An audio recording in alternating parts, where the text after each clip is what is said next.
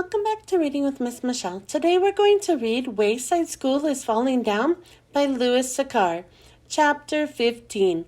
If you have a copy, go get it so you can read along with me. Don't forget to help us out by liking, subscribing, and sharing this video with all of your friends. Chapter 15. She's back. Dee Dee ran across the playground screaming. At first, Louis thought she was just having fun, but then he realized something was wrong.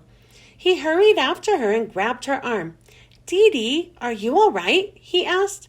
She stared at him wide-eyed as she continued to scream. Several other kids gathered around. "What's wrong with Dee Dee?" asked Myron. "I don't know," said Louis. Dee Dee hiccuped 3 times, then gasped, "I saw her." "Who?" asked Louis.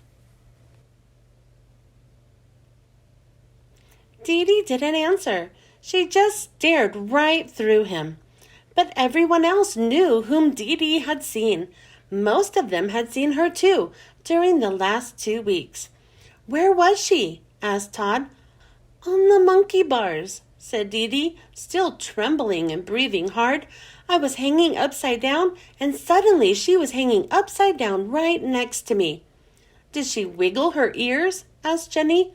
"Only one," said Dee Dee. "I jumped off and ran away before she could wiggle the other one." "That's good," said Rondi. "Who is she?" asked Louis. "A hippopotamus?" "No," said Myron with a laugh. "Why do you say that?" "Because when a hippopotamus gets mad, it wiggles its ears." "She's worse than a hippopotamus," said Allison. "I saw her last week at the water fountain," said Todd. "I bent down to get a drink, and then there she was, drinking at the faucet next to me." "I saw her on the stairs," said Rondi. "I was going up the stairs, and she went right past me, sliding down on the banister." "Who?" asked Louis. "Mrs. Gorf," said Dee Dee. Just saying the name sent a shiver of fear through her body. "Oh, your old teacher," said Louis with a shrug. "Is she back? I always wondered what happened to her." The children looked at each other.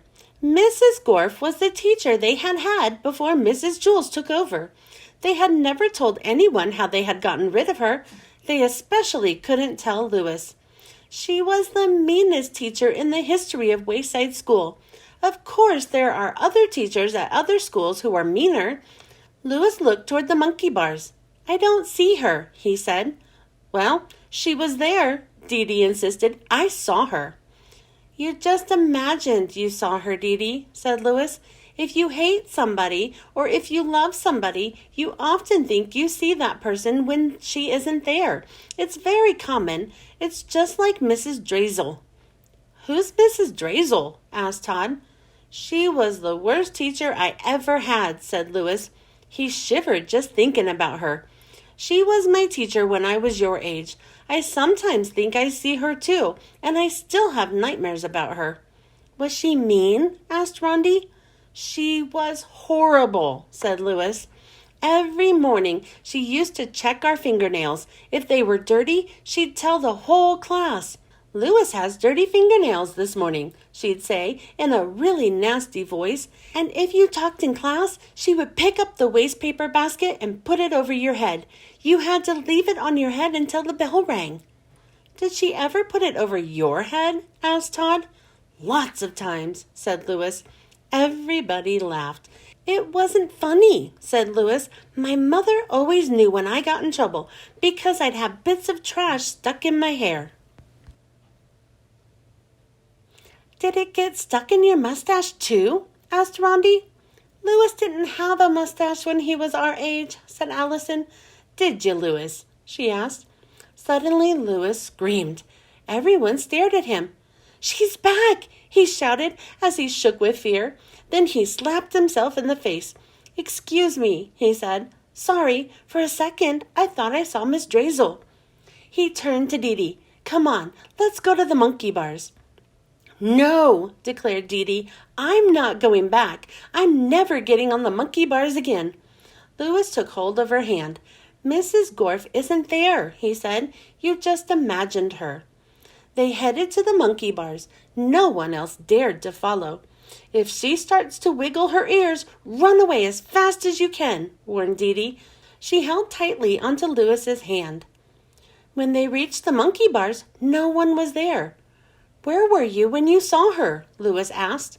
I was hanging upside down over there, said Dee Dee, pointing. Okay, go hang upside down, said Louis. No, exclaimed Dee Dee.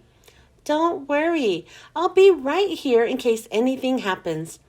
It had rained during the night, so the sand under the monkey bars was wet and somewhat hard. Dee Dee walked across the sand and pulled herself up on the bar. She hooked her legs over and then hung from her knees. Well, do you see her? Louis asked. No, it's safe now, said Dee Dee. Thanks, Louis. I guess you're right. I must have seen my shadow or something. Dee Dee pulled herself right side up, then hopped down from the monkey bars. She and Louis walked away hand in hand. She held Louis's hand not because she was scared, but because she liked him. Mrs. Drazil sounds almost as bad as Mrs. Gorf, said Dee Dee. She was, said Louis. She once made me put gum on my nose because I was chewing it in class. How can you chew your nose? Said Dee Dee. Behind them, Dee Dee's footprints could be seen in the wet sand under the monkey bars. There was also another set of footprints made by a person who had much bigger feet. The end. Thanks for joining me for Chapter 15. Please check back for Chapter 16. Don't forget to help us out by liking, subscribing, and sharing this video with all of your friends. I hope you join me next time. Bye.